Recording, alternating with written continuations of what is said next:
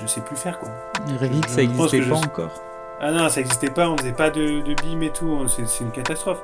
Là, tu nous mets en agence par rapport à quelqu'un qui a le même âge que nous, qui est, je sais pas, du coup, 10 ans d'expérience. Comme on est nuls. Mais par contre, on sait faire plein d'autres trucs, hein. Vous écoutez Drop the Kutch.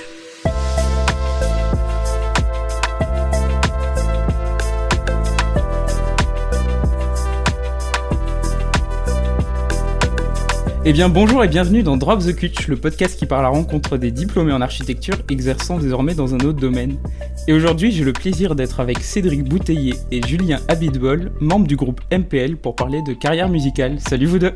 Hello. Coucou. Alors, pour présenter très rapidement et faire une rapide chronologie de vos parcours, vous avez été diplômés tous les deux de l'INSA de Strasbourg en 2010, et d'après les informations que j'ai pu trouver sur internet, vous avez directement enchaîné par une HMO. En 2012, vous avez cofondé le groupe de musique Ma Pauvre Lucette, devenu par la suite MPL.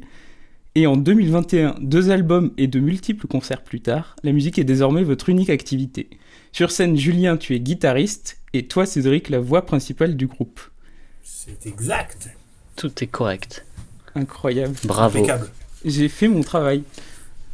Ça a bossé. Alors, pour débuter cette discussion, avant de parler de votre parcours musical, je pense qu'il peut être intéressant de revenir juste avant de la création de votre groupe.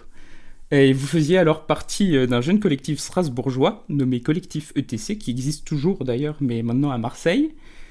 Et j'aimerais savoir quel était votre état d'esprit à ce moment-là. Quels étaient vos rêves et pourquoi avoir fait une HMO Alors moi, si je me rappelle bien, j'ai fait ma HMO parce que je savais plus trop, enfin pas vraiment quoi faire après le diplôme, et ça s'enchaînait bien.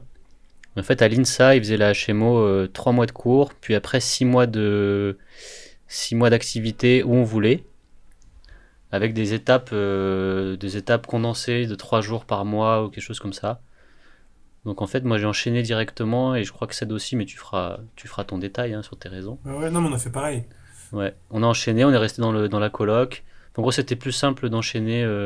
En plus, à l'INSA, en fait, on passe les diplômes en septembre. Je crois que c'était pas le cas dans les autres écoles, ou peut-être oui, mais enfin, en tout cas, ça s'enchaînait bien, quoi. C'était fin septembre diplôme, après octobre, novembre, décembre cours de HMO, et de janvier à juin un travail pour valider la HMO. Donc c'est un peu par facilité, quoi, que moi j'ai fait ça. Et après, en fait, il y avait le collectif qui était lancé en parallèle. Mais je sais pas si on détaille ça tout de suite. Tu veux compléter sur la HMO, Cédric ou... Ouais, moi j'ai fait pareil, c'était un peu la continuité scolaire. J'ai l'impression que on s'est pas trop posé la question, quoi. On s'est dit, bah c'est la suite. De toute façon, si on veut aller au bout de ce diplôme, on n'a pas fait tout ça, pour s'arrêter maintenant. Même si on aurait pu, il y a des gens du collectif qui l'avaient fait et qui s'en sont pas moins bien portés par la... Enfin voilà, nous si on l'avait pas fait, ça nous aurait pas bloqué. Mais en tout cas, on a choisi de faire la HMO. Et après, non, à quoi on rêvait, effectivement, nous, en fait, c'était tout le début, les balbutiements de ETC. On avait justement géré un séminaire à l'INSA, alors qu'on était encore à moitié à l'école. Enfin, justement, quand on passait notre HMO, on a fait un séminaire, et d'un coup, de passer un peu de l'autre côté de l'école, enfin, de l'autre côté, je veux dire, d'enseigner, d'essayer de proposer des trucs à des étudiants. En fait, on était complètement à fond là-dessus, et on préparait notre Tour de France en vélo, en fait, en parallèle, donc... on était un certain nombre à avoir demandé à faire une année de césure pendant les études, et on n'avait pas pu, du coup, un peu un point de départ du détour de France qu'on a fait avec le collectif, etc., en sortant, c'était de se prendre une année pour aller voir d'autres façons de faire, en gros. Mais après, moi, j'ai l'impression que dans ma tête, après, je retournais en agence, quoi. À aucun moment, on s'est dit que ça allait devenir un métier de faire ça. Enfin, à aucun moment, si sûrement, mais... En tout cas, on se disait, allez, on se prend un an, on va rencontrer des gens, et puis après, on trouvera un métier, quoi. Et puis, en fait, on s'est retrouvé un peu dans l'engrenage de ETC, parce que le Tour de France, il nous a bien porté, on a beaucoup travaillé, on a rencontré plein de gens, et puis, en fait, après, on a enchaîné avec des petites commandes, puis des un peu plus grosses. Puis, en fait, on s'est tous salariés de ETC jusqu'à il y a 3 ans pour Julien et moi.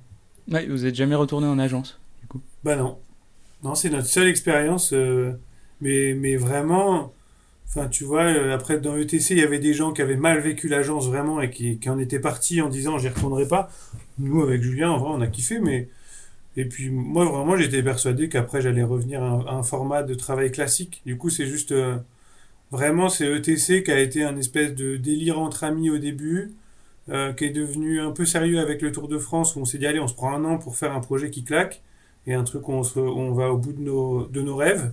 Et puis en fait après on est resté un peu complètement excité et à fond là-dedans quoi. Et ça nous a pris, ça nous a occupé pendant 10 ans quoi. Mais l'histoire de. Je me reconnais vraiment dans l'histoire des un an après les études d'architecture, parce que moi je me suis dit, je vais faire une césure après mes études d'un an, Ouais. pareil. Ah mais c'est bien ouais. Du coup, t'attends encore. Tu t'attends pour préciser, pour voir ce que tu auras vraiment envie de faire, quoi. Ouais, bah, c'est pour ça aussi que je fais ce podcast, c'est pour voir ce qu'il est possible de faire. Pas mal. Tout est Bien vu. possible. Tu veux rajouter quelque chose, Julien? Moi, l'expérience d'agence, moi, j'avais pas trop aimé quand même. Enfin, moi, en sortant de mes 6 mois d'agence, je m'étais dit, c'est pas ça que j'ai envie de faire dans ma vie. Enfin, c'était bien, hein, mais j'ai découvert plein de choses. Mais c'était quand même un métier derrière l'ordinateur, travailler beaucoup pour pas gagner beaucoup. On a beaucoup charretté, beaucoup fait de concours, tout perdu, et après plus rien fait pendant 6 mois. Enfin, c'était vraiment bizarre comme expérience de travail, je trouve. Et du coup, en parallèle, enfin, la perspective du Tour de France et d'être avec ses copains et de voir plein de choses. Puis après, tout ce qu'on a construit avec et comment on s'est professionnalisé là-dedans, il n'y a aucun regret. Je pense que moi, je reviendrai jamais dans une agence comme j'ai vécu. Je reviendrai jamais. Non, mais J'aurais c'est pas. vrai. Ouais. Non, non, mais c'est vrai, en fait, t'as raison. Moi, le stage que j'ai fait, qui était à Paris, là, chez. Julien était à Marseille, moi j'étais à Paris. Et en gros, on faisait des gros trucs de gros promotes pour des gens friqués. Oui, il y avait quand même un peu un problème. Après, quelque part, je me disais que j'apprenais mon métier et que je travaillerais dans ce champ-là, quoi. Même si avec Mm. d'autres clients et avec d'autres dans d'autres domaines. Mais en sortant de l'école, moi, c'était inconcevable que je sois pas architecte. Enfin, c'est pas inconcevable, mais je veux dire, c'était vraiment. Je pense que c'était loin de moi. Je rêvais pas d'autre chose. Je rêvais de faire ça Oui. bien, quoi. Mais je rêvais de faire ça en trouvant une façon très cool, soit en bossant dans une agence vraiment intéressante, je veux dire, avec des gens avec qui je m'entendrais bien et sur des commandes avec, soit monter quelque chose, mais en fait, c'est juste que dans le fond, je crois que je rêvais d'archi à ce moment-là. Pas de Hmm. musique, en tout cas. Oui, quand tu Oui, te oui, ça, je suis projetais, d'accord. quand tu t'imaginais plus tard, t'es. C'est ça, ouais. Ok. Bon, le gros morceau, je pense, c'est votre carrière musicale. Du coup, vous êtes 5, 6 dans le groupe, Ouais. mais vous êtes les deux seuls architectes. Alors, j'ai une question relou pour commencer, enfin une question relou qu'on a déjà dû vous poser un million de fois, mais pour ceux qui vous connaissent pas, est-ce que vous pouvez me raconter un petit peu les origines de la création du groupe, donc en parallèle de votre travail chez ETC? C'est pour toi, ça. Ouais. En gros, au lycée, moi, du coup, à Grenoble, j'étais avec. J'étais même au collège avant, j'étais avec Arthur, un des membres. Après, au lycée, j'étais avec Andreas et Manu. Et en fait, au lycée, on avait des groupes de musique. Moi, j'en avais un avec Arthur, et donc qui est un des membres du groupe, et Andreas et Manu, deux autres membres du groupe. Ils avaient un autre groupe. Donc, on faisait du ska, chanson. Tu vois, on était très influencés par, je sais pas, par les Têtes Raides, La Rue Quétanou, ces groupes-là à l'époque. Et en gros, donc on faisait tous en gros, on faisait un peu des concerts. Tu sais, il y avait un club musique au lycée, et puis on faisait quelques concerts dans la salle de spectacle du lycée, et puis à la fête de la musique, quoi. Et après, moi, je suis parti en archi. C'est là en archi que j'ai rencontré Julien. Donc, j'ai quitté Grenoble pour Strasbourg, et en fait, c'était un peu des groupes de lycée qui se sont arrêtés naturellement, comme souvent s'arrêtent les groupes de lycée, parce que tout le monde est parti faire ses affaires et il n'y avait pas de vocation à se professionnaliser là-dedans. Eux, ils ont continué encore un peu pendant un an ou deux. C'est marrant parce que Manu, qui était dans un autre groupe, il m'a remplacé. Donc, il continuait à jouer nos morceaux. En gros, ils ont continué quand même à faire un peu des salles en région grenobloise. Donc, un an, 2 ans après le lycée, quoi. Et puis après, ça s'est vraiment arrêté. Et en gros, moi, c'est à ce moment-là donc, je suis allé voir Manu. Enfin, en gros, on se recroisait tout le temps parce qu'on avait plein de potes de lycée ensemble. Et en fait, avec Manu, on s'est un peu dit, allez, c'était quand même bien, quoi. Il y avait quand même quelque chose et on avait quand même quelque chose avec la musique. Moi, en fait, j'ai quand même toujours eu un rapport très spécial à la musique et un peu sacré, quoi. Je sais pas, c'est vraiment le seul truc qui me fout des frissons, j'ai toujours eu envie d'écrire des chansons. Enfin, du coup, je le faisais au lycée, j'avais continué, quoi. Et du coup, même si je m'étais jamais dit je veux que ce soit mon métier, j'avais quand même toujours une espèce d'attirance un peu bizarre pour ça. Et du coup, j'avais chauffé Manu, je l'avais relancé en disant viens, on en refait quoi, on essaye de refaire des petits morceaux, même sans avoir un groupe, mais juste pour les enregistrer et puis avancer quoi, pour poser des textes. Et du coup, on a enregistré comme ça. On s'est retrouvé un été, on a enregistré un ou deux morceaux chez mes parents. Après, on s'est retrouvé l'été d'après. En fait, c'était hyper long, hein. On faisait un morceau par an, quoi. Et après, on s'est retrouvé parce que il fait de la guitare, il écrivait un peu des bouts de texte, et du coup, moi, je repartais de ça et j'essayais de les développer. Mais en gros, c'est là où en 2012, il y a ma sœur, enfin, un truc improbable. On a participé, disons, à un petit concours de musique de groupe d'étudiants émergents. Et en gros, nous, on n'était plus étudiants, mais enfin, disons qu'on était un peu borderline sur ce truc-là, mais on a candidaté, on a envoyé les trois seuls morceaux qu'on avait fait avec Manu depuis le lycée, quoi. Et en gros, on a été pris à ce truc, et c'est à ce moment-là qu'on a appelé Julien. Donc nous, on était en plein Tour de France, donc à fond ETC, à fond chantier construction. Et du coup, il y avait quand même ce plan-là, on allait faire un espèce de concours improbable à Toulouse. Donc c'est là où on a appelé Julien, parce que moi, à Strasbourg, je faisais beaucoup de musique avec Julien, parce que du coup, j'avais plus du tout toute ma bande de Grenoble. Et en gros, on faisait beaucoup des guitares-voix. Julien était guitare et ukulélé, donc on allait tout le temps en soirée. Quand on partait en vadrouille, on faisait toujours des guitares-voix, que des reprises. On s'était jamais chauffé à écrire ou à composer. Et par contre, de l'autre côté, avec Manu, j'avais la motive de faire ça, parce que je sais pas, c'était des résurgences du lycée. Et du coup, on s'est retrouvé avec Julien et Manu pour faire ce concours qu'on a gagné. Donc c'était un peu improbable et c'était pas non plus un truc hyper. Mais c'est juste qu'en fait, on gagnait d'aller faire un peu d'enregistrement en studio, d'aller faire une résidence un peu coachée pour bosser la scène avec des pros. Et nous, on sortait de nulle part, quoi, vraiment. Et en fait, on a eu. En fait, ça nous a un peu forgé, quoi. On s'est dit, bah, en fait, c'est sérieux, quoi. Les gens, ils nous prennent au sérieux. Ils ont dit que nos musiques étaient bien. Du coup, à partir de là, donc de 2012, on a continué à. C'est là où on a posé ce nom, Ma Pauvre Lucette, sur notre groupe. Avant, il n'y en avait pas. Donc, en gros, le groupe est vraiment né en 2012 avec Julien et Manu. Par contre, ça faisait déjà 2-3 ans qu'il y avait un peu les premières compositions qui étaient dans les bacs. Et donc, à partir de là, en fait, ça nous a pris entre 2012 où on a gagné ce truc-là. On se voyait. Disons, après, on se voyait avec Julien et Manu, tous les trois, et on faisait un morceau, quoi. On se voyait un week-end ou pendant des vacances, et on essayait de se faire un morceau, donc toujours un peu one-shot, on se retrouvait sur 2-3 jours, on se faisait un morceau et un clip en général. Et donc, des fois, c'était sur des chantiers ETC, il y a Manu qui nous rejoignait. Du coup, il y a plein de morceaux aussi qui sont liés à des histoires de ETC, c'est assez rigolo, ça. Et, euh, et du coup, ça nous a pris de 2012. Quand est-ce on a quitté ETC? Nous, c'était en Il y a 2018. 2 ans, non? Ouais. Ouais, du Ouais. coup, ça a pris quand même 6 ans de tuilage où en fait la musique a pris petit à petit, elle a grignoté de notre temps. Tu vois, au début, c'était une fois tous les. La première année, c'était une fois tous les 3 mois. L'année d'après, c'était une fois tous les 2 mois. L'année d'après, tous les mois. L'année d'après, 2 fois par mois. L'année d'après, toutes les semaines, quoi, en gros. Jusqu'à ce qu'on arrive en gros, 2018, c'était l'année charnière où, en gros, l'intermittence, qui est un truc vraiment incroyable, dont il faut qu'on te parle, parce que ça, c'est un grand projet d'être intermittent. Parce que du coup, on est intermittent, c'est ça qui nous a permis de. On est passé de salarié ETC à intermittent du spectacle. Et en fait, on a pu faire le tuilage parce que la dernière année d'archi chez ETC, en gros, on avait une semaine par mois qui était. Donc, nous, on s'était mis un peu à temps partiel chez ETC. Et pendant cette semaine par mois, on faisait des concerts. Et on se faisait des concerts cachetonnés, payés, parce qu'on avait déjà trouvé des partenaires professionnels qui nous encadraient.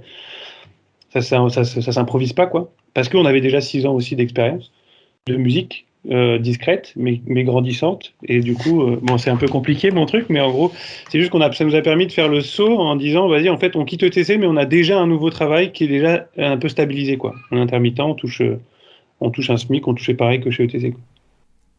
Bon, c'était une longue tirade, ça, hein.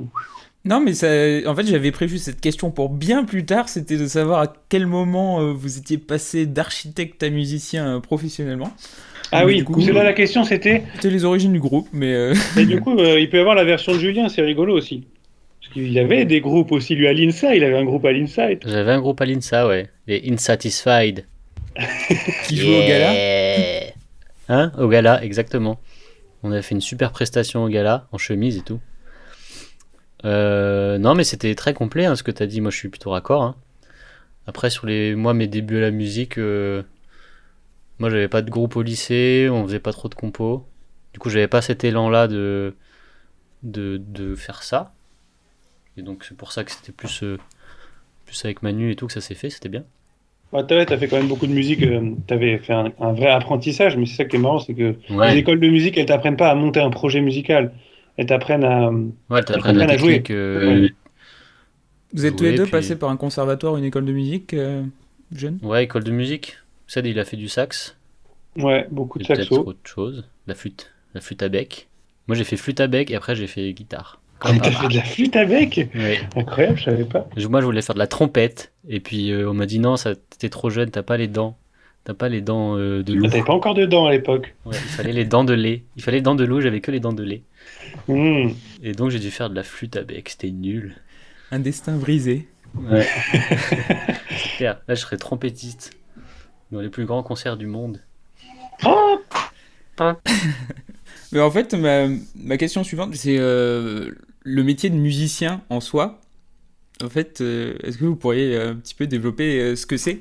Enfin, c'est une question très générale, pardon, mais si on décompose, en fait, moi, en tant que non-sachant, j'imagine que quand on est musicien, il y a plein d'aspects de ce métier. Il y a de l'écriture ou la composition de chansons ou d'un album. Il y a des périodes d'enregistrement, de mixage, il y a des périodes de scène, éventuellement d'autres choses. En fait, ce que vous faisiez sur un week-end avant, c'est un petit peu ce que j'imagine être le métier de musicien. Mais qu'est-ce qu'il en est en réalité quand votre métier 7 jours sur 7, c'est d'être musicien? Ben, en fait, nous, vu qu'on n'est pas musicien pro à la base, je pense qu'on a aussi appris petit à petit à le devenir. Et du coup, c'est passé, je dirais, surtout par. Enfin, en tout cas, la professionnalisation, elle est passée par le côté concert. Il y avait la part d'écriture qui était déjà là depuis un moment, mais de manière complètement amateur. Et la professionnalisation, elle est passée par le concert, et notamment par la rencontre avec un manager qui s'appelle Melchior de Carvalho, et qui, en gros, c'est lui qui nous a poussé vachement à ce qu'on se professionnalise parce qu'il voulait faire monter le projet MPL. Et donc, petit à petit, notre quotidien MPL, c'est devenu de faire des concerts. En gros, il nous trouvait des dates pour qu'on puisse faire des cachets. Et pendant cette fameuse année de transition entre le collectif et MPL, ça a été surtout de faire des concerts et pas trop de créa. Je me rappelle plus vraiment, hein, mais c'est le souvenir qui me reste. Et petit à petit, en fait, maintenant, notre quotidien de musicien, enfin, du coup, c'est rigolo parce qu'aujourd'hui, il n'y a plus du tout il y a plus du tout cette partie de concert qui prenait quand même. Enfin, en gros, ça prend minimum, pour être intermittent, c'est minimum 43 concerts payés par an. Donc, quand on est 5 avec les techniciens et tout ça, c'est pas si facile en fait à avoir, mais ça reste quand même un objectif atteignable. Et donc, quand il n'y a plus de concerts, ensuite, généralement, en gros, ça marche un peu par cycle. Enfin, moi, je comprends ça comme ça. Tu as des subventions pour faire un album, donc tu fais un album, et après, tu défends ton album sur scène. Comme ça, tu as des subventions aussi pour la tournée, et parce que les gens, ils veulent de l'actu, enfin, les salles qui te programment, ils disent, ah, c'est le nouvel album, donc on va faire la tournée du nouvel album. En gros, ça marche un peu en cycle comme ça, des espèces de récurrences par création, quoi. Chose que nous, on n'avait pas trop, parce que le premier album, on avait fait une compile un peu de tous nos morceaux. Et donc c'est avec ça qu'on a fait notre premier concert pendant 5 ans. Donc c'est, je pense, assez rare dans le milieu de faire ça. Et c'est ce qui fait aussi qu'on était un peu outsider tout ce temps. Bon, je sais pas trop, je me perds un peu. C'est un peu compliqué de théoriser ça alors qu'on n'est pas dedans. En tout cas, on a rencontré plein de groupes qui ont, je trouve, un fonctionnement assez différent de nous. Parce que la plupart, c'est des musiciens pros qui ont plusieurs projets. Alors projet, tout le monde parle de projet, c'est un groupe de musique, quoi. En gros, ils ont des groupes de musique et à chaque fois, c'est un projet différent. Et c'est avec ça qu'ils essayent de pousser chaque projet pour que ça rapporte, ou pour tourner, ou pour devenir célèbre. Enfin, chacun a ses motivations ensuite. Mais la plupart, ils font de la musique avec. C'est leur vie, donc ils ont plein de groupes pour que ça maximiser les chances que ça fonctionne. Nous, on a un seul groupe. Qui fonctionne? On est les Rolling Stones Like the Rolling Stone. qui fonctionnent pas ouf. Hein. Ça va. Ah, ça va parce qu'on arrive à en vivre. Et puis ce qui est marrant, ce qui est bizarre aussi, enfin intriguant, on ne sait pas trop, c'est que y a pas de patron. Enfin moi c'est un des trucs qui m'a un peu plus perdu ou étonné quand on a commencé à faire de la musique de manière pro. C'est qu'en fait l'artiste il est seul maître à bord artistiquement, surtout quand t'es indépendant, quand t'as pas de maison de disques derrière.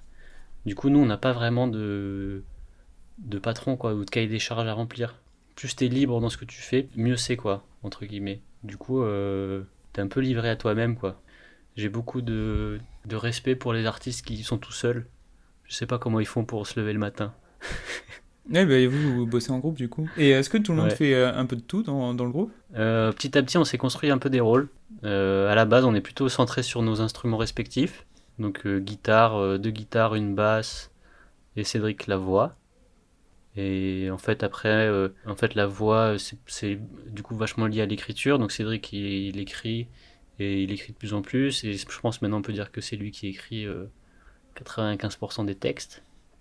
Après, nous, on a quand même le fonctionnement groupe. Donc nous, on est toujours autour à dire un petit mot. Mais après, moi, avec Manu, on a un peu conservé le rôle historique de faire de la musique. Donc faire les compos. Donc pareil, là, entre nous deux, on a chacun un petit rôle. Un Manu, il est plutôt dans la construction des accords et des morceaux. Et moi, je vais plutôt rajouter des lignes par-dessus. Ça, c'est une tendance. Hein. Après, des fois, c'est moi qui apporte des choses. Des fois, c'est lui qui machin. Et après, Andreas, lui qui est bassiste, qui est moins expérimenté, on va dire, au niveau instrumental, il propose juste des lignes de basse. Et il discute, il dit quand ça lui plaît pas la musique ou le texte de manière plus globale. Et Arthur, lui, c'est le comédien. Je sais pas si t'as vu un peu, c'est notre gourou. Qui a une voix incroyable. Qui a une voix très grave, tout ça. Du coup, lui, il a pas trop d'instruments, donc il est plutôt très très actif sur la partie concert. Ouais, il fait le lien entre les... Ouais, il anime, en gros, il anime le concert, il fait le lien entre les morceaux. C'est un peu le maître de cérémonie. Petit à petit, on lui a rajouté la compétence batterie pour asseoir un peu sa présence, quoi. Donc il fait des percus, il lance les prods, parce qu'on n'a pas de batteur. En fait, depuis le début, on était 3. Du coup, après, on a rajouté un bassiste. Et après, on a rajouté Arthur. Et on s'est dit, oh là, ça suffit maintenant. Donc, on n'a pas de batteur. Mais en fait, c'est moi qui suis derrière l'ordi aux enregistrements, généralement. Donc, moi, je contrôle un peu tout ce qui est prod à l'enregistrement. Et après, là, pour le dernier album, on avait un réalisateur. Le dernier album, c'est passé un peu pro, quoi, tout l'enregistrement. Donc, il y avait une vraie team, un vrai studio. On a enregistré ça propre quoi. Avant on faisait ça dans les greniers. La question initiale c'était. Bah, c'était Ah un oui, petit... non, le Quotidien projet pro. Oui, musicien du pro. coup, moi, ça m'a fait penser à un truc que je me suis dit souvent. C'est que, en fait, le métier d'archi, à l'école, en fait, on te montre vraiment à monter un projet, du coup, dans un cadre donné, à essayer de faire une proposition, à trouver quelque chose de visuel, donc en tout cas dans le dessin architectural, mais aussi dans comment tu fais ta planche ou comment tu fais ton rendu, aussi à trouver la tchatch autour de ça, aussi petit à petit à trouver c'est quoi la cohérence avec tous ces projets-là quand tu fais ton book et quand tu essaies de dire...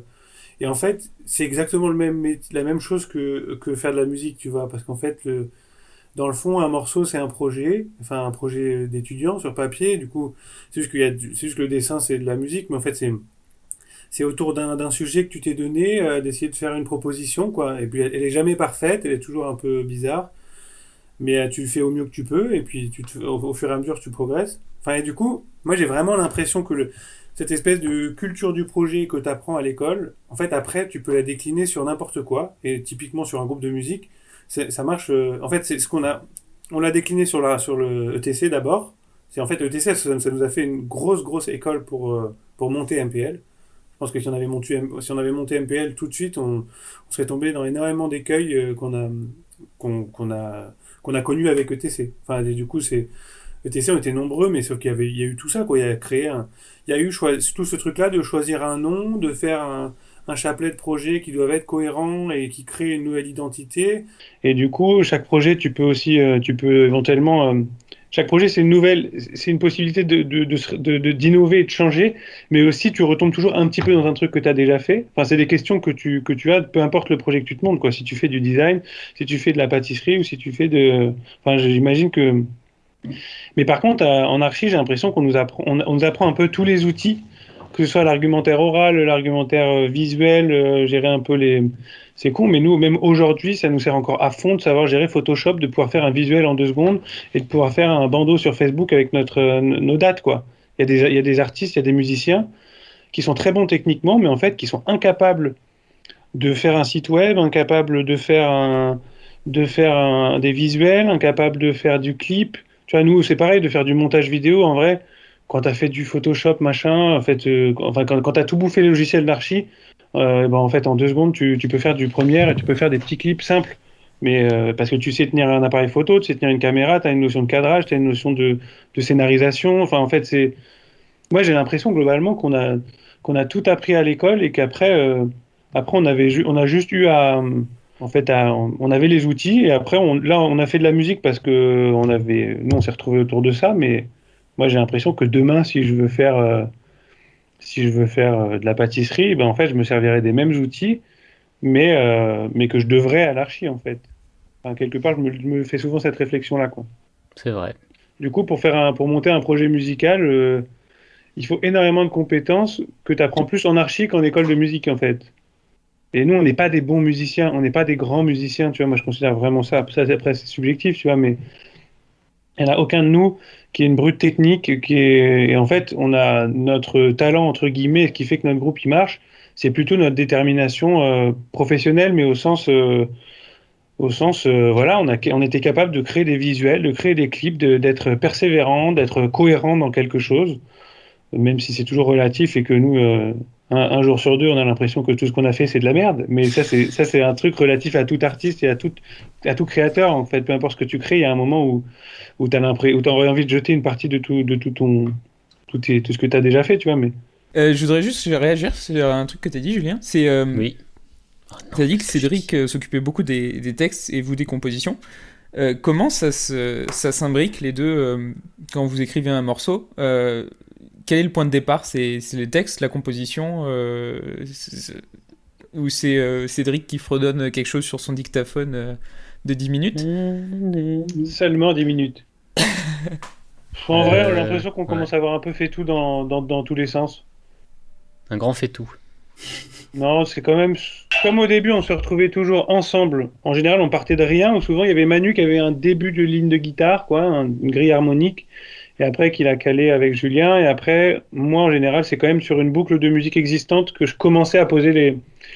Après, des fois, j'avais des bouts de texte, mais par contre, après, il y a aussi quelle mélodie tu vas donner au texte et quel phrasé tu vas prendre. Et ça, en fait, si t'as pas la musique, tu peux pas le. Si tu peux le définir, mais enfin, en tout cas.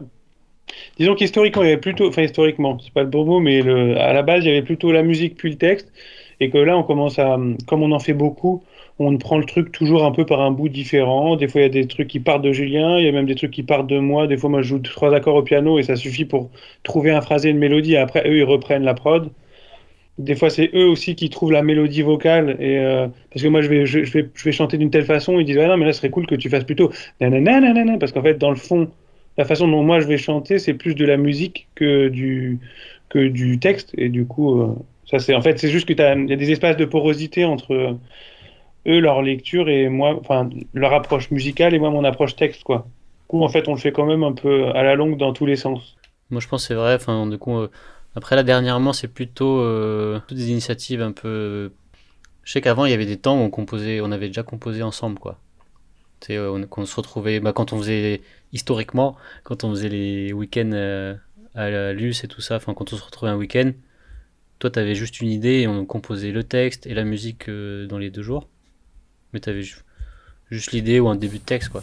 Et Ouais. là, vu que on est peut-être déjà s'est moins retrouvé parce qu'on avait beaucoup de concerts, et là qu'on a plus de concerts, on est plus confinés, chacun dans son coin. Ça a plus fonctionné de manière par individu. Et après, quand on se retrouve, là, il y a une espèce de émulsion, un truc qui fait corps, quoi. Ouais. Et c'est vrai que là aussi à distance, c'est un truc que j'ai beaucoup fait, c'est que moi j'essaye un peu de me former, du coup je m'inscris à des ateliers d'écriture parce qu'en fait j'ai quand même pas à la base, je sais pas, un rapport très fluide à l'écriture. C'est venu parce que j'avais envie de chanter des chansons, mais du coup j'essaie de pratiquer ça, donc souvent je me retrouve avec des textes qui n'ont absolument pas de musique et juste qui sont posés. Et là maintenant ce que je fais souvent c'est que j'écoute plein d'instrus que Julien et Manu ont fait, et donc je les écoute comme ça en lisant mon texte, et du coup ça c'est un peu un luxe quoi. Du coup je me passe tout, je fais ça non, ça non, ça non, et là d'un coup il y en a une où c'est pile l'univers, ou en tout cas j'arrive complètement à me projeter avec le texte que je viens d'écrire dans la musique, et aussi rythmiquement, ça, tu vois, le nombre de pieds et tout, ça tombe bien, et d'un coup je me dis, bah vas-y, je prends ça. Du coup, des fois, il y a aussi des matchs d'un texte qui est déjà là, d'une musique qui est déjà là, et qui se rencontrent et qui fusionnent bien. Et à propos du fait de ce que tu as dit, Cédric, qu'en tant qu'archi, vous ayez plein de compétences annexes en plus de l'architecture. Est-ce que au sein du groupe, vous deux, vous avez vous participez activement par exemple à la scénographie des concerts ou au visuel d'albums ou au clip slash jeux vidéo apparemment? Ouais, c'est sûr que parce que sur ce que disait Ced, la notion de projet qu'on apprend en archi, d'avoir un peu une logique globale qui se tient de A à Z, ça nous, quand on l'applique à MPL, on maîtrise, ou en tout cas on a un œil sur tous les aspects du groupe, quoi. Et donc quand il s'agit de faire la mise en scène, ça fait très très peu de temps qu'on a quelqu'un qui nous aide sur la mise en scène. Et jusqu'à présent, c'était nous qui contrôlions tout. Et même avec lui encore, on n'a pas trop délégué, quoi. Enfin, en gros, la mise en scène, on l'a faite, c'est nous qui avons tout mis en place. La scénographie aussi, on a construit, on s'est dit, bon, on veut un pupitre, on a le gourou, on veut des vitraux, après on veut que ça fasse de la lumière, des machins. On a construit tout nous-mêmes, en plus avec notre passif ETC, on est quand même un peu chaud de la bricole, quoi. Après, c'est pas très impressionnant ce qu'on a fait, mais mais ça rentre dans des boîtes et tout, enfin, c'est bien, hein, pratique.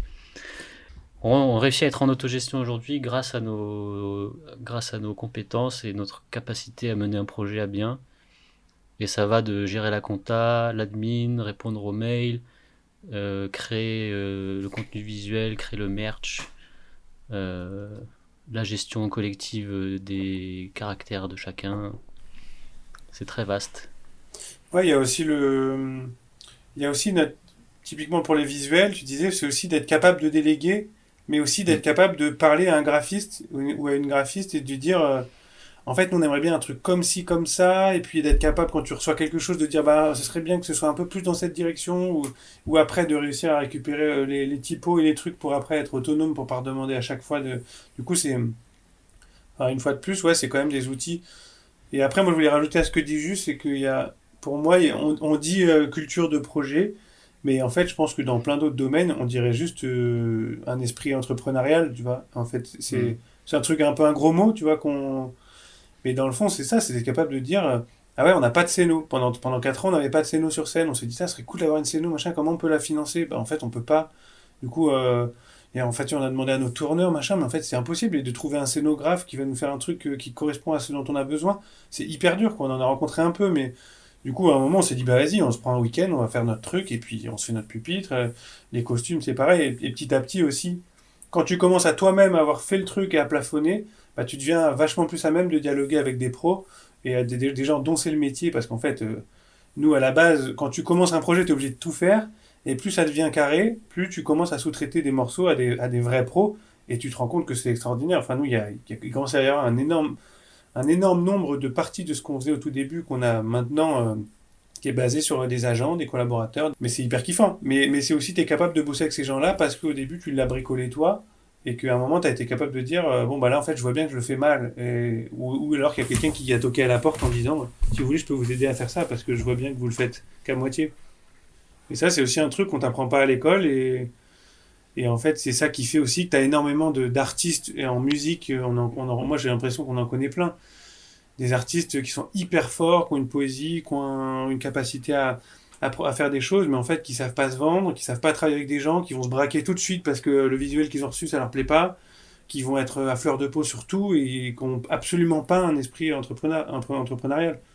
Du coup, c'est le rôle aussi d'autres agents, c'est le rôle du manager en théorie, ça, de tempérer les artistes qui sont a priori toujours un peu des cassos, mais c'est la légende, tu vois, mais c'est un peu le...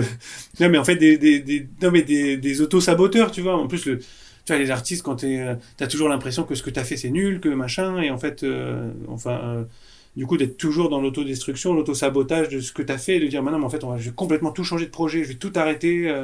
C'est un petit détail, mais enfin, c'est pas un détail, on le disait souvent chez ETC, c'est que les charrettes de l'INSA, Petit point vocabulaire / contexte. En fait, à l'INSA, les charrettes, c'est un temps pédagogique qui correspond au mois de septembre. C'est la dernière ligne droite des projets de fin de diplôme, en fait. Et les diplomables constituent une équipe composée d'un élève de chaque promotion qui œuvre avec lui pour finaliser son projet en vue de la soutenance fin septembre. les charrettes de l'INSA, c'est aussi un apprentissage d'un espèce de truc collectif et d'un espèce de bateau dans lequel tu t'engages et t'es solidaire et juste le but c'est d'aller au bout, peu importe si c'est bancal et en fait le truc où tu fais pas de marche arrière et en fait tu vas ensemble au bout d'un truc et il y a vraiment l'équipe qui est presque plus importante que le diplôme quoi. Enfin je sais pas en tout cas moi c'est un peu il y a un vrai apprentissage du travail collaboratif vraiment dans un pur but d'aller au bout de quelque chose mais enfin c'est assez beau quoi et c'est assez précieux et ça mine de rien c'est un truc dans ton apprentissage t'as 5 mois entiers là-dessus et c'est énorme, quoi. Et ça nous a fait une vraie culture collective chez ETC, puis une vraie culture collective chez MPL. C'est encore autre chose, mais c'est encore un petit truc je pense qu'on doit à l'école. Et les autres de MPL, ils font souvent la réflexion quand même que la structuration du groupe, elle s'est quand même vachement basée sur notre expérience à Julien et moi de ETC, quoi. Et en fait aussi indirectement de l'archi. C'est vrai. It's true. Ils Tout ce qu'il dit est confirmeront. vrai. Très bien. Et ben, on vous fait confiance. Et ils peuvent s'exprimer, ils peuvent m'envoyer un mail Objection. pour faire un erratum. Non, c'est faux. Ils ne servent à rien dans le groupe. Allô, ce sont des imposteurs. Euh, alors, j'ai un petit changement de sujet. C'est en écoutant Quotidien sur TMC avant les vacances. Il y avait Ben Mazué qui était invité. Et au détour d'une phrase, il a dit qu'il avait composé la chanson Parents de son album avec un petit groupe nommé MPL. Le coquin. Alors, c'est, me semble-t-il, la première fois que vous composez pour quelqu'un d'autre. Et du coup, c'est quoi la différence avec une composition pour votre album?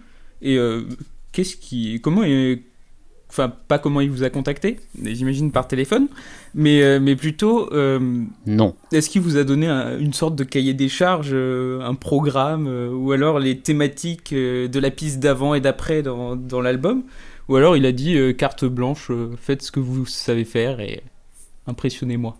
Du coup, je peux répondre parce que enfin, il nous a écrit au groupe en disant j'ai entendu votre album, j'ai entendu Abyssal. Et... Mais c'était par Instagram. Ouais. C'est beau. C'est incroyable 2020. Instagram, il a d'abord juste fait une story en disant Tain, le morceau Abyssal, enfin en postant notre morceau et en disant j'écoute ça, c'est de la balle ou je sais pas quoi. Et du coup, nous, on le connaissait sa musique et tout, donc on a quand même un peu sauté sur l'occasion en le remerciant, en disant putain, c'est cool.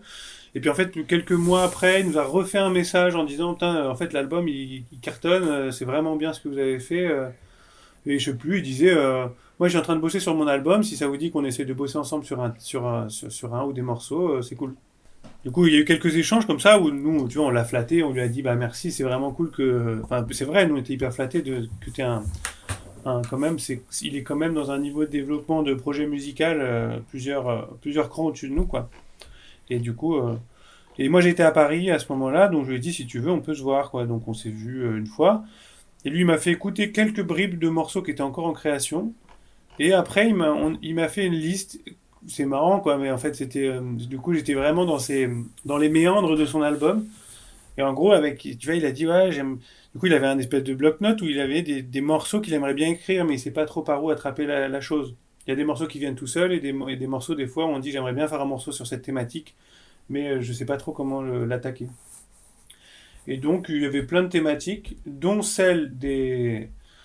En gros, ça, c'était une question que lui se posait, de dire. C'est dur aujourd'hui pour les gens qui ne veulent pas faire d'enfants. C'est une vraie question qui commence à émerger.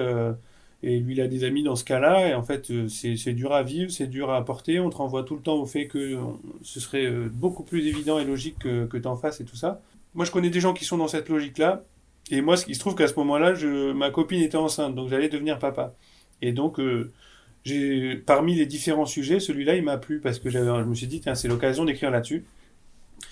Et donc, après, je suis revenu voir les autres de MPL. Lui, il était chaud qu'on lui fasse une proposition un peu carrée. En gros, qu'on lui propose un morceau un peu clé en main, tu vois. Donc, ça dépend. Nous, depuis, j'ai bossé avec d'autres artistes. Des fois, tu as des artistes qui veulent tout gérer, qui veulent faire eux la musique et du ping-pong sur le texte. Enfin, tu as tous les formats possibles. Mais là, Ben Mazur, en l'occurrence, il avait envie que ce soit un morceau plutôt que de chanter un morceau de MPL, tu vois. Et donc Manu et Julien se sont mis à l'œuvre, ils ont commencé à faire un peu des instrus. Moi, j'ai commencé à écrire des débuts de texte. On lui a envoyé disons trois essais différents. Là-dedans, lui, il en a choisi un en disant bah, celui-là, je le sens bien. Et du coup, à partir de là, moi, j'ai développé le texte. Les autres, ils ont rebossé la musique. Et on lui a fait écouter un mois après, tu vois, en fait, ça va assez vite. On lui a fait écouter une version du morceau. Qui était pas loin de ce qu'il a fait, et du coup lui il a écouté ça, il a dit ouais franchement ça me plaît, je le sens bien, ça va être dans l'album. Et en fait à ce moment-là lui il a dit bah écoutez c'est la fin de votre mission quoi, maintenant moi je le reprends. Donc il a rechanté lui-même, il nous a envoyé une version, en fait il avait changé quand même pas mal de petits mots, de tournures de phrases, de mélodies, de structure. Et puis en fait à partir de là nous ça allait un peu tôt, moi j'espérais qu'on ferait encore pas mal d'allers-retours, et lui il dit bah voilà moi je pars là-dessus. Du coup, on a juste négocié pour rechanger deux, trois petits trucs qu'on trouvait dommages ou qu'on aurait eu envie de développer. Genre une phrase, enfin d'autres phrases musicales, des trucs.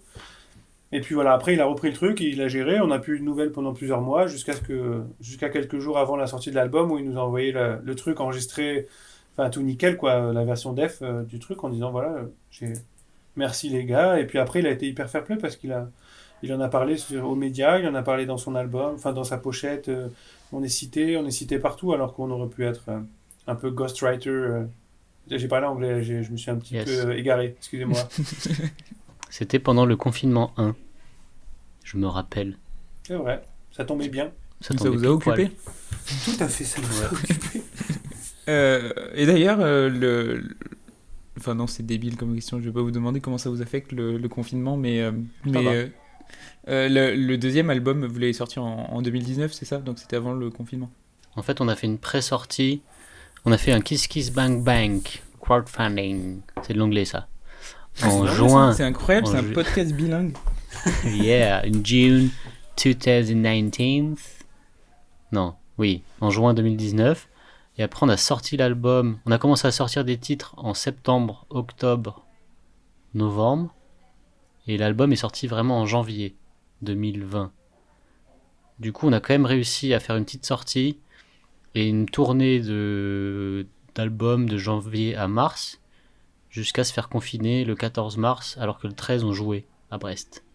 Mine de rien, on s'en sort pas si mal. Si l'album était sorti le 14 mars, on aurait été cuite. On aurait vu d'autres choses. Peut-être rien. Et peut-être plein de choses, beaucoup plus belles. En tout cas, ça s'est passé comme ça, c'était pas si mal. Et depuis, on n'a pas fait de concert. C'est un peu étrange, mais en vrai, avec l'intermittence, la magie de l'intermittence, on est quand même plutôt serein financièrement, ce qui est quand même très agréable. Et du coup, on compose, il y avait un album dans les bacs, hein. Voire peut-être même 2, qui sait. Ouais, on compose à fond là, on est à fond de blinde. Du coup, comme on peut pas faire de concert, on écrit quoi. On écrit, on compose. Mais on se pose souvent la question de ça va être quoi les effets, on en parlait la semaine dernière. Ça va être quoi les effets pour nous, qu'est-ce qu'on y a perdu, c'est assez dur de se rendre compte quoi.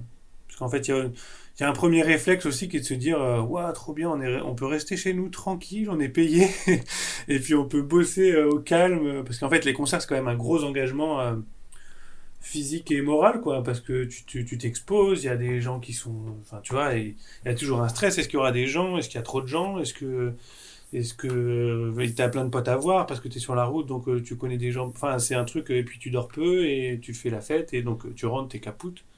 Donc en fait. le fait qu'il n'y ait plus ça, c'est un peu c'est quand même, c'est quand même un repos. Après, c'est juste que là, ça commence à faire un moment, du coup, on en est presque à se demander si on est encore capable de monter sur scène, quoi. Si un jour on aura le droit, du coup, c'est. Non, non, En mais fait, en tout ça cas, va c'est. tant Ça qu'on se nous a. dit que ça reprend, ça va, je trouve. Tu vois, tant Ouais, on se dit en fait les concerts vont reprendre, ouais. ça va. Mais là, vu que ça fait déjà 1 an et que l'avenir est pas vraiment à la... dans cet Propos fixe, objectif-là, ouais.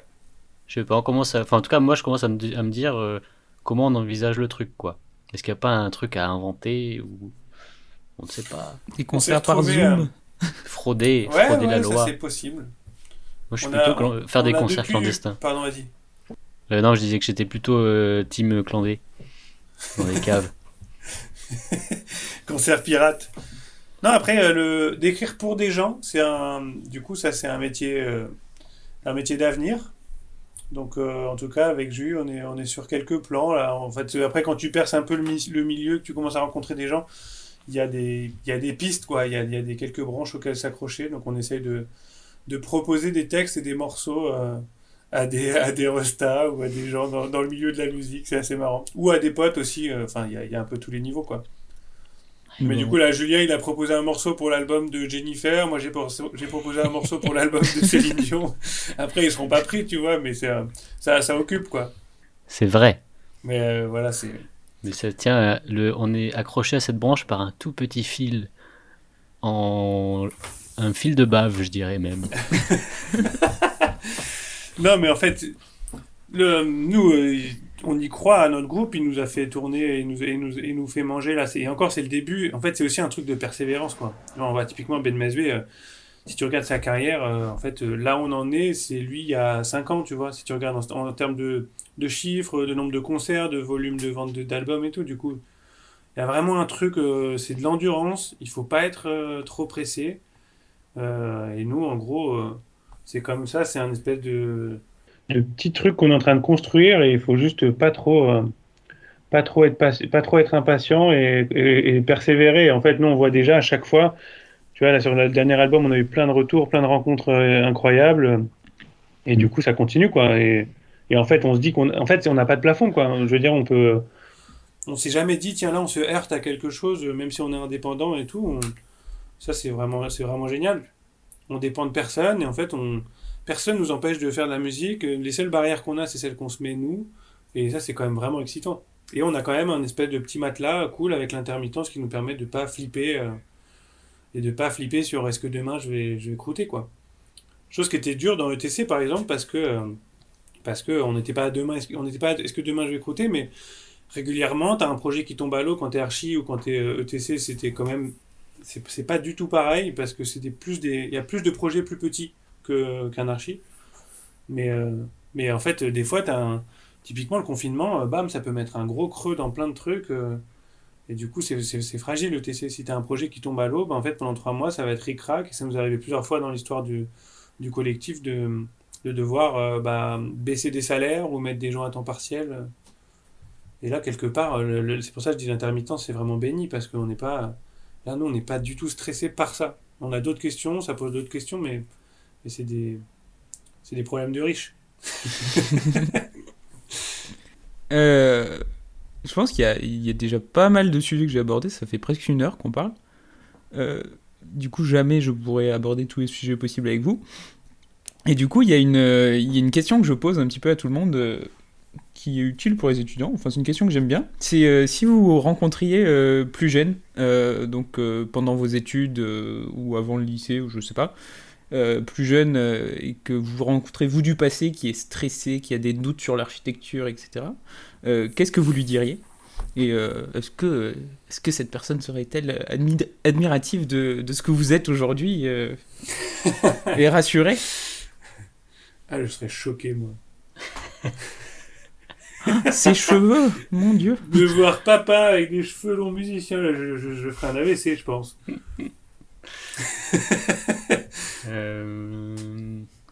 Ouais, c'est intéressant, hein. Ouais. Ah, c'est une bonne question, j'aime bien, c'est très poétique. Alors, est-ce qu'on doit dire quelque chose à nous jeunes ou est-ce que c'est nous jeunes qui devons dire quelque chose à nous vieux? Ou Ah, les deux? tu peux faire les deux si tu veux. Ou un des deux. Sachant qu'il y en a un que t'es un petit peu moins légitime à incarner, Nous, le toi jeune, parce que réellement tu n'es plus cette personne. Non, non, je Moi, plaisante. j'aurais dit à moi jeune, ne change rien. Tu vas voir, c'est stylé. Tiens, ça va être cool. Moi, en tout cas, je regrette rien de. C'est vraiment des super études, hein. Malgré, malgré l'expérience, enfin, malgré le fait qu'on a bifurqué vers d'autres horizons, l'architecture, elle reste quand même bien au fond de moi, hein. Et c'est ça, enfin, c'est des études qui t'ouvrent sur plein de choses. Donc, moi, jeune, je lui dirais, vas-y, continue, tu vas voir. Tu vas être bien armé pour faire plein de belles choses. Non, c'est pas. La musique aussi, ça va être très éphémère, hein. Enfin, on voit que ça peut être.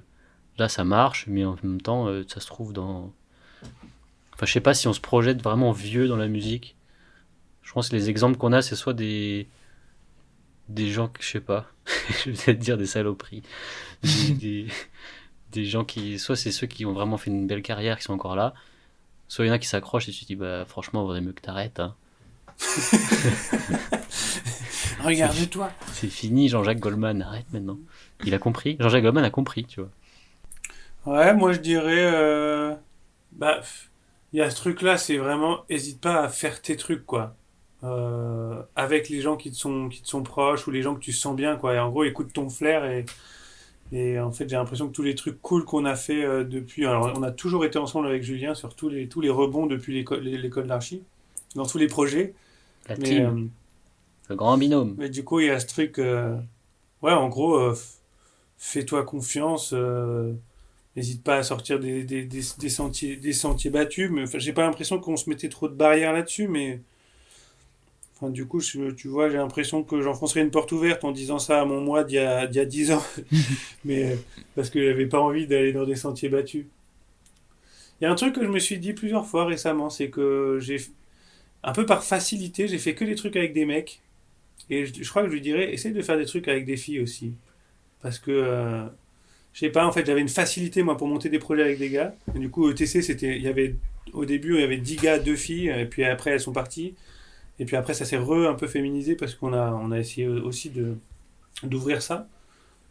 Et là, dans MPL, on est un groupe que de gars, tu vois, du coup. Après, nos deux techniciennes, c'est donc Manon et Anaël. Donc, quand on est sur scène, c'est elles qui sont derrière la console. C'est des filles, mais en tout cas, c'est un truc qui me questionne pas mal. Du coup, je dirais peut-être sois vigilant à ça, parce qu'il y a une facilité à faire des trucs entre mecs, mais dans le fond, c'est forcément plus intéressant de le faire avec une certaine mixité. Euh, Ça, c'est ouais, un petit truc que je me suis dit. Mais après, non, c'est vraiment d'avoir, en fait, de pas avoir peur de se jeter à l'eau. Enfin, en fait, on le voit, on a quand même réussi à monter deux trucs, enfin, ETC et MPL, qui partent de rien avec aucune à la base sur un terrain ultra glissant, ultra foireux, à un endroit où il n'y a pas où il y a pas d'économie, où tout le monde nous dit en gros n'y allez pas, c'est merdique et vous vivrez jamais de ça quoi. Bah ETC c'est vraiment ça, ETC c'est quand même on se met à l'endroit le plus foireux pour faire un métier quoi. Et MPL quand même quelque part c'est un peu ça aussi quoi, on n'est pas musicien, on n'y connaît rien et on dit vas-y on va le faire. D'ailleurs on s'est rarement dit, on s'est pas vraiment dit dans ces deux projets là, c'est ça qui est drôle c'est qu'on s'est jamais dit on veut le faire, on l'a fait, et après on s'est rendu compte que c'était notre boulot. Et en fait, la musique, c'est pareil, on s'est rendu compte que c'était notre boulot, ça faisait déjà 6 ans qu'on le faisait, on le faisait pas pour que ça devienne notre boulot. C'est... Du coup, pardon, t'as demandé un truc? Non, je disais, vos parents, quand vous leur avez annoncé, ouais, après mes études, je vais faire un collectif, tiens, maintenant je vais faire de la musique, ils ont réagi comment? Moi, mes parents, ils sont cool. Mais non, mais il y a pas mal de gens qui n'ont pas trop compris qu'on arrête l'archi. Toi, autant ETC, ils comprenaient pas vraiment ce que c'était, mais pour eux, c'était la continuité. Donc, à part qu'on faisait des palettes, ils s'imaginaient que c'était de l'architecture quand même. Mais de passer d'architecte à musicien, mais parce que les gens, ils idéalisent le métier d'architecte. Tu vois, ils pensent que tu diriges le monde. Avec un gros cigare et une grosse bagnole. Ouais, une grosse caisse qui pollue. Donc ça, ouais, il y a plein de gens qui étaient un peu choqués comme ça. Mais en fait, c'est pas important, hein. Ouais, non, mais moi, en fait, alors, ça fait un petit truc, parce qu'effectivement, quand tu dis à ta famille, je vais faire des études d'archi, tes parents, ils sont refaits, ils t'imaginent, c'est un espèce de boulot de notable, en gros, quand même, de trucs hyper dans la société, qui est hyper. hyper valorisé Prestigieux. quoi, dans l'univers, dans l'esprit des gens. Et puis en fait, petit à petit, mais ça s'est bien vu aussi nous tout le long. Enfin, petit à petit, on n'avait pas envie vraiment de bosser là-dedans. Et puis, ETC, c'était marrant, on en parlait souvent dans ETC sur les premières années. Attends, mes parents, j'aurais réexpliqué, ils ont encore rien compris. On parlait souvent de nos parents c'est parce que justement, ils étaient tous quelque part un peu déboussolés qu'on fasse ça après avoir fait 5 années pour faire un métier qui est a priori hyper carré, quoi. Ça, non, mais après, ils nous suivent, moi aussi, ils sont coolos. Et puis, c'est aussi qu'on est autonome financièrement. C'est aussi qu'on a géré le truc Mm. pour pas être. Enfin, tu vois, en fait, on leur demande pas de pognon depuis la fin des études d'archi. Donc, c'est aussi qu'on a géré toujours le truc. Après, nous, on n'a pas fait de gras, on n'a pas mis d'argent de côté, quoi. On a toujours été ric-rac pour subvenir à nos besoins et à nos petits plaisirs quotidiens. Mais je veux dire, on n'a pas mis d'argent de côté, là où je pense que des gens qui ont bossé en agence direct en sortant, bah, tu peux peut-être un peu plus casquer. Enfin, en tout cas, c'est une vraie question. Et c'est une question aussi. Tu vois, quand il dit qu'est-ce qu'ils en pensent vos parents, c'est aussi que nos parents nous ont pas mis la pression là-dessus, et ils sont là pour nous, et ils font aussi un peu le tapis. Enfin, mine de rien, si on était de familles beaucoup moins aisées, enfin, si on avait un doute là-dessus, et que nos parents ils disaient, putain les gars, je vous ai payé vos études d'archi, mais maintenant c'est. Enfin, en gros, de toute façon, il y aura rien, quoi. Il y aura rien de plus. Enfin, je sais pas, en tout cas, moi pour ma part, je pense que ça a quand même un peu influencé le fait d'être d'une famille un peu, enfin d'une famille aisée, et du coup le fait de pas me faire de soucis, quoi. Et après les parents ils auraient pu mettre la pression malgré ça, mais ils l'ont pas mise. Le secret, c'est l'indépendance énergétique. Nous, on était indépendants et nos parents, ils étaient indépendants aussi. Donc, tu vois, si tu dois aider tes parents, ce que tu dis, quoi. Il y en a qui comptent sur leurs enfants Mm. parce qu'ils sont en galère ou trucs comme ça. Là, ça nous aurait peut-être mis d'autres trucs. Ouais, ça te met la presse, quoi. Si ta famille compte sur toi, Mm. on n'aurait pas pu faire ces choix-là. C'était des choix aussi parce qu'on était libre de se mettre nous dans la merde, mais de pas mettre des gens aussi, de pas mettre des gens avec nous, quoi.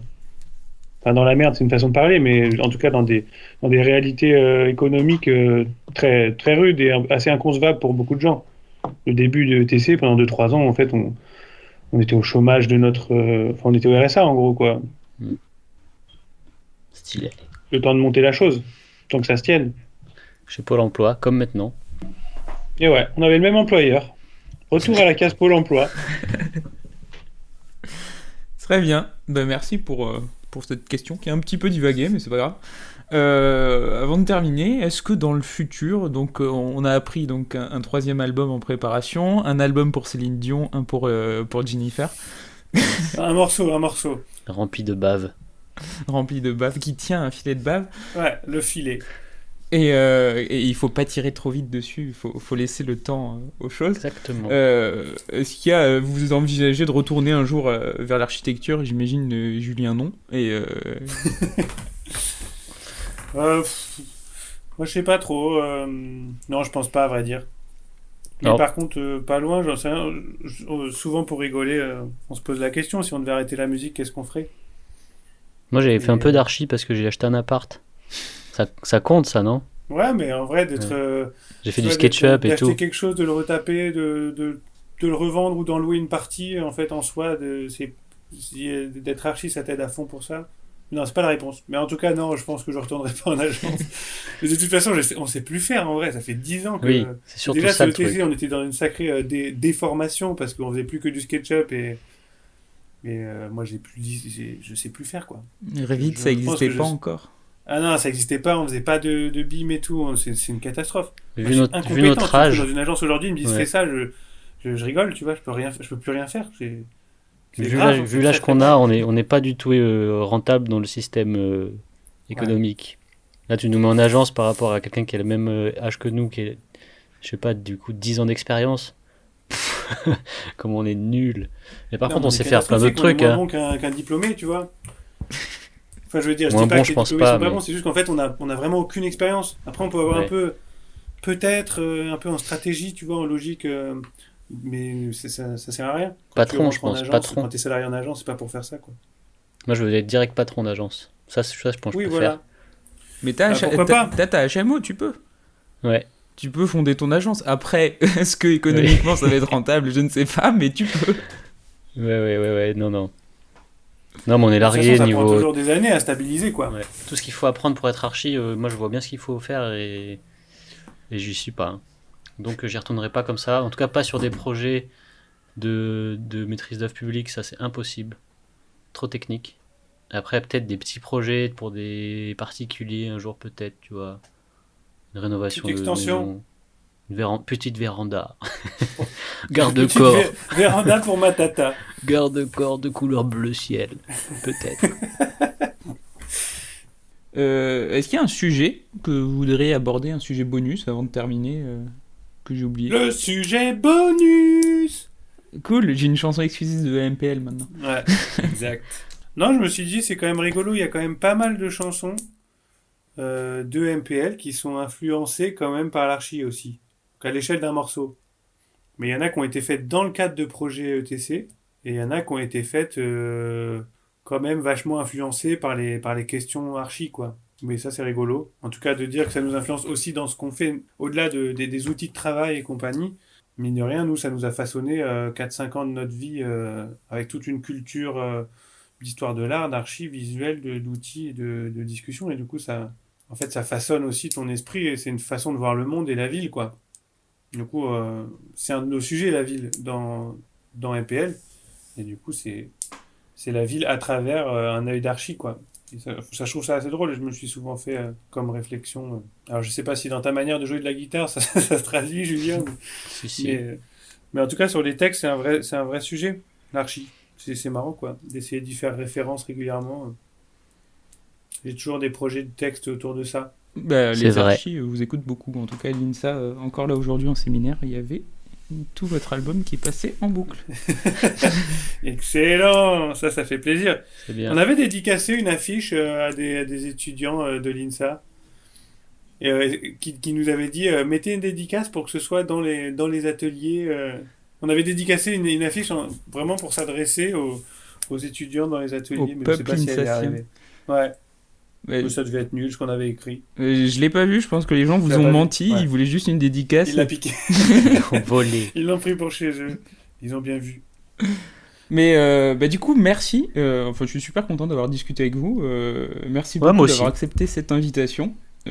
L'album L'Étoile est disponible dans les bacs, On va streamer un max de stream, hein. dans les Dans le Fnac. Sud-Est. Regardez sur YouTube avec les pubs. Ah non, il n'y a pas de pub normalement. Si, tout à l'heure, j'ai mis, il y a eu une pub avant. Je crois que c'était Mystère Abyssal. Ah bon? Là en ce moment, dès que je regarde une vidéo YouTube, il y a 2 pubs direct. N'importe quelle vidéo. C'est nul. Nul. Nul. De toute façon, Avec faut votre- streamer. Avec votre Il faut que pouvoir tu streames. d'influenceur, faites plier YouTube, s'il vous plaît. Attends, j'appelle Jay-Z. Ouais, il faut streamer sur Deezer et Spotify. À chaque stream, on gagne 0,2 centimes d'euros. Grâce à ça, on doit devenir riche. Et on va pouvoir faire des nouveaux albums. YouTube, c'est nul. Non, mais mine de rien, le stream, ça nous fait un petit peu de thunes, hein. Les albums physiques, ça se vend. Il y en a encore qui se vendent ou... Surtout en concert. En fait, les gens, ils sortent du concert, ils ont l'esprit tordu. Enfin, je sais pas, ils sont fatigués. Et il y a le gourou qui dit achetez, Ouais. Et achetez, du coup, achetez. des fois, après un concert, tu vends 100 albums, tu vois. C'est rare, hein, les gros concerts, ou 50 ou 100. Mais les gens, ils ont même plus de lecteurs de disques. Mais ils l'achètent pour nous faire plaisir, pour avoir une dédicace et tout, pour discuter, quoi. Et après, en ligne, on en vend un petit peu, mais c'est plus les vinyles en ligne qui marchent. Mais c'est un sacré business, hein, parce que derrière, il y a les t-shirts, les machins, les pulls, les vinyles, les différents albums. Et en fait, nous, on en parle souvent parce que c'est aussi une vraie issue économique. D'être carré là-dessus, ça peut te faire un vrai poumon, voire devenir ta source principale de revenus si t'es très bon, si t'es très bon là-dessus. Et Ce qui n'est pas notre vous passez cas. en radio ou pas du tout? Pas trop. Voilà, un Pour tout avoir petit des peu. royalties. On passe un peu Ah sur ouais. FIP. Mais en fait, si tu passes. Les radios qui rapportent, c'est les radios nationales. Et FIP, c'est les radios. Enfin, maintenant, là, c'est devenu national, mais je crois qu'ils payent pas la SACEM comme une radio nationale. En gros, faut passer sur Énergie, Virgin, Skyrock, France Inter, France Culture, France Info. Mais la dernière répartition SACEM, c'était pas rien là par radio. C'était genre au moins Ah ouais. 200 balles de la radio, un truc comme ça. Par personne. Ah ouais. Bon, c'est cool, tu vois, après ça te fait pas...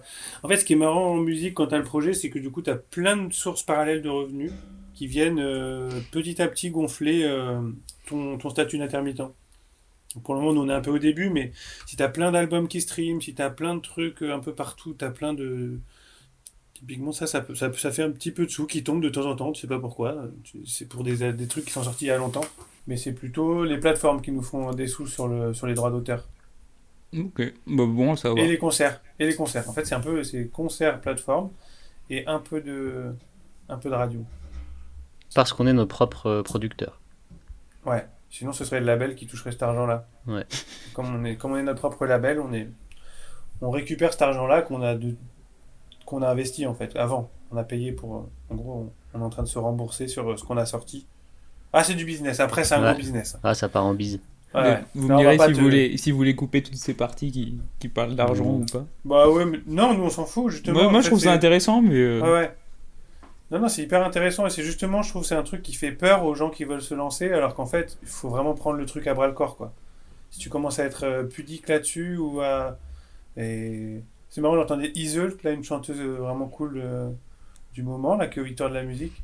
Elle a une espèce de discours de businesswoman, elle est incroyable. Elle est en mode, vraiment, moi, je suis chef d'entreprise, quoi. Je suis pas artiste, je suis chef d'entreprise. Et je gère, je fais travailler plein de gens, et en gros, je sais ce que je veux. C'est vraiment une. Elle est ultra déter, quoi. Et elle parle du truc avec aucune poésie ou pincette. Tu vois, la romance de l'artiste qui se laisse porter par le courant, justement, elle défonce ça, mais c'est très bien. Enfin, je pense que c'est plus ça qu'il faut dire à des gens qui veulent se lancer dans la musique que il faut bosser tes textes, mais faut pas faire que ça. Enfin, tes textes, la musique.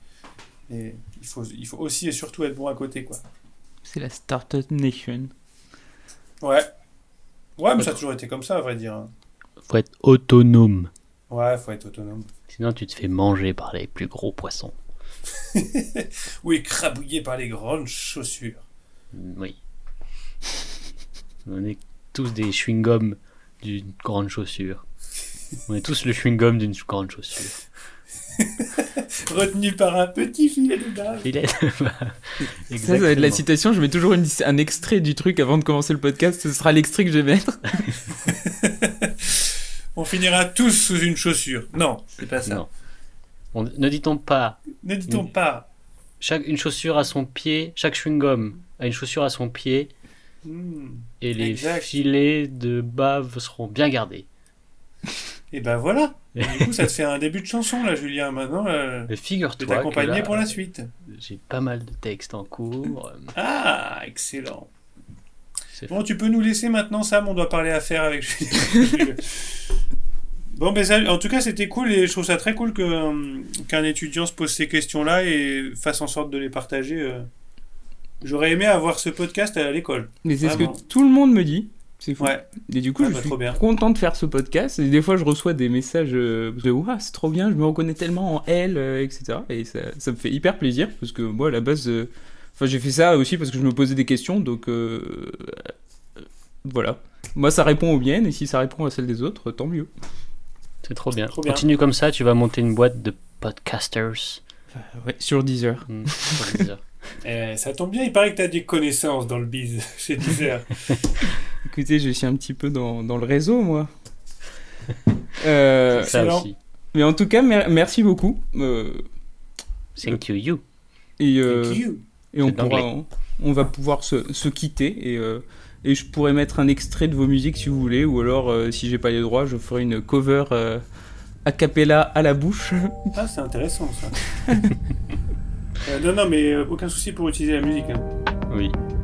Même si la cover à la bouche.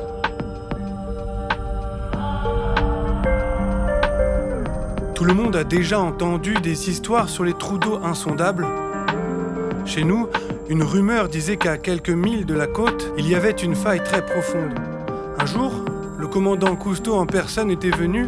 Il avait déclaré « Il est possible qu'elle mène jusqu'au bout du monde. » Nous, on était jeunes à l'époque, on avait peur de rien, il en fallait pas plus pour qu'on s'emballe. On a monté une équipe, on a trouvé un bateau pour résoudre le mystère abyssal. Quand le grand jour est arrivé, tout était prêt. On a largué les amarres, on a navigué jusqu'au trou bleu, guidé par le sonar. On attendait qu'elle remonte, on attend toujours, toujours, toujours. Peut-être qu'elle a trouvé un soleil sous l'eau, bien sûr qu'elle se la coule douce.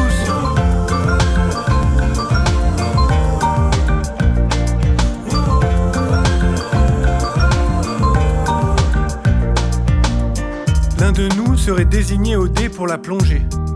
Un double 6 est sorti, on lui a rapporté toutes les pièces du scaphandre et puis elle est partie. Au début, elle nous parlait par radio, la descente semblait belle mais assez vite on a perdu sa trace. Et les seuls signes de vie que nous recevions étaient les bulles qui rejoignaient la surface. On s'est retrouvés seuls avec nos questions insondables. Combien de temps va-t-elle passer là-bas? Est-ce qu'elle va y rester? Pourquoi les autres ne parlent pas? Pourquoi c'est pas tombé sur moi? Et qu'est-ce qu'on fait maintenant? Est-ce que ça doit venir de moi? On attendait le gong et les heures étaient de plus en plus longues. On attendait qu'elle remonte, on attend toujours, toujours, toujours. Peut-être qu'elle a trouvé un soleil sous l'eau, bien sûr qu'elle se la coule douce. Bien sûr qu'elle se la coule douce.